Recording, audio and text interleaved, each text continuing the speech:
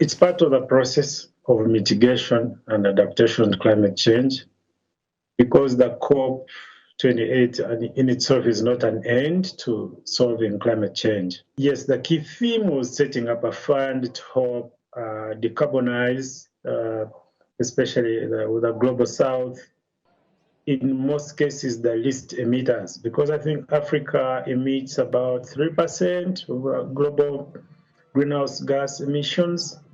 And then we know that petroleum, oil, gas, and mining, the extractive sector, contribute 1% of the greenhouse gas emissions.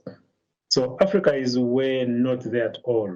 Lately, for example, we've had floods that have killed a lot of people, from Somalia to Kenya to Uganda and most recently Tanzania. A couple months ago, we saw hundreds of thousands of people die in Libya because of these floods, and partly attributed to climate change. What do you think needs to be done to make sure that some of this funding that was agreed upon help Africans maybe tackle some of these problems? First of all, there are some structural challenges within our system and society. You see, the first question is debt management and also avoiding bureaucracy. In simple terms, is that decision-making in such big monies is key. And red tape kills decision-making.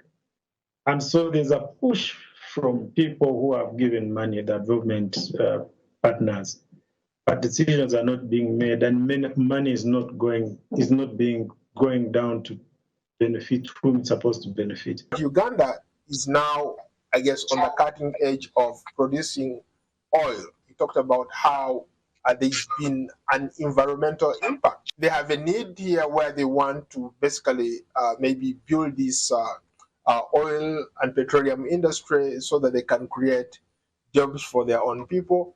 But at the same time, they're dealing with a lot of challenges when it comes to environmental protection. Africa has about 40% of the global oil, gas, and mining resources that are not yet explored. Africa has just started, so that there's this argument that, look, let's first carbonize just like you did, then we shall decarbonize. And so that's why you see we have a refinery process taking shape.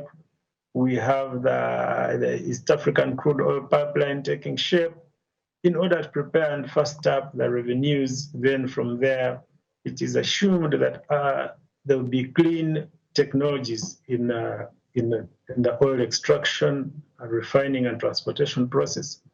Then the money, some of it will be used to support the clean energy transition. However, as we said, the danger is the fossil fuel industry contributes big time, 70% to the greenhouse gas emissions. So it is a rather sustainable development. Can we conserve? Can we have oil out of the ground, extract, transport it sustainably? Is that possible?